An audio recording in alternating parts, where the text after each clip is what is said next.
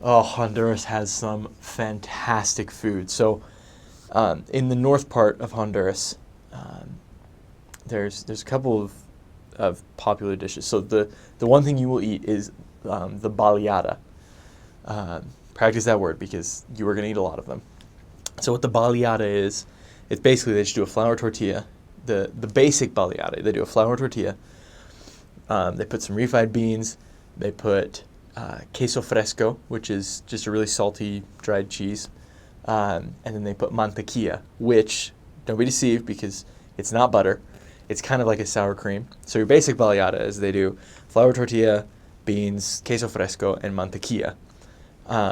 And then depending on where you go, they get fancier. You know, they'll put scrambled egg and chorizo or avocado, all kinds of different things. Chicken, you can get all kinds of different things in baleadas, but so good. And you will eat so many because that is the breakfast and lunch meal of choice of Hondurans is a baleada.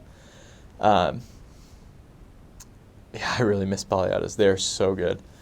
Another thing that's very popular and delicious on the northern coast is called pollo con tajadas, which is basically they do fried chicken, and then they'll take plantains and slice them up, kind of like chips, and fry them. So they're basically like banana French fries, which sounds weird, but it's so good. And they'd kind of serve that. They do the chicken and the tajadas, and they do cabbage with kind of a creamy sauce. And we had one sister in my first area that she owned a shop that made pollo con tajadas, and every Tuesday night she'd give us an order of pollo con tajadas for dinner, and we looked forward to Tuesday night because it was so good.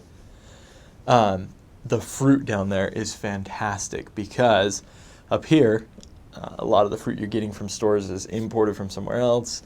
You know, it's had time to age, and it's just not as good. Down there, my first area, we had a banana tree and a mango tree in the front yard. We'd go out for breakfast and chop down a mango, and it was fantastic.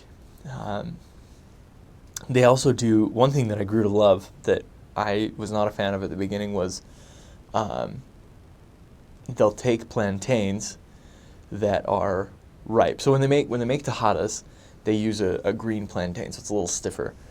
But they'll take a ripe one and fry that, and it kind of makes it sweet. And so for dinner, a lot of times they do like those sweet plantains, just with cheese and mantequilla and beans. And when I first got into the mission, that was really weird, and not my favorite. But now that I'm home, I will make that for myself for dessert because it is so good.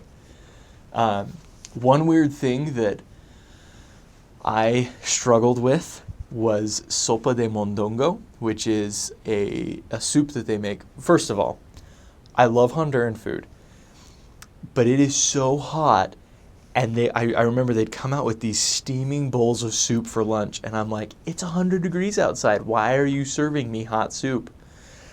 And that was hard, but they have one soup that is Sopa de Mondongo, and it's, if I remember right, it's the stomach of the cow is the meat, which was interesting, and that was one food that I never really grew to love. It was pretty tough and chewy.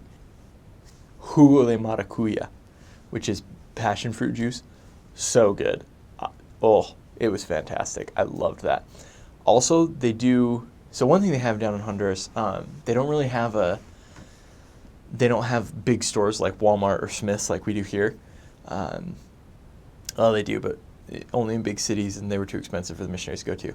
What they have down there are pulperias, which is basically someone would just take their living room and they'd knock out a window, and they'd just stock their living room with just little bags of chips, or they'd have beans, and they'd have rice, and they'd have things to cook with. They'd have cookies and just little things, and these things were everywhere. I mean, you'd have pulperias on all the streets, and that was where you'd shop. You'd go to the pulperia, you'd get your, if you're hungry, you get a bag of chips. You get your stuff for dinner that night, some tomatoes, beans, whatever. And so that's the main shopping thing is, parents will send their kid down to the nearest pulperia to go get whatever they need for dinner. Another thing that was weird at first that now I can't believe we don't do here in the United States was a lot of their drinks came in bags. For example, they'd have just bags of water they were about this big, and it'd just be water, and you'd bite the corner off and then just drink it. And I don't know why we don't do that here. It's so much easier, and you don't have to deal with cups, and it's just easier. But one thing that I know a lot of people love that I really struggled with, we had is Arroz Con Leche, which is just, it's rice and milk.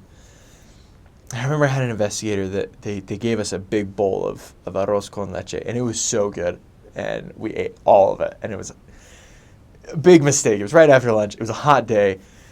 I got really sick, and the problem is then my body just said, you shouldn't eat that anymore. And it wasn't even that I didn't like it, it was just I couldn't eat it. I would just gag on it, which was really hard because people like to serve that. So don't eat a lot of arroz con leche in the afternoon.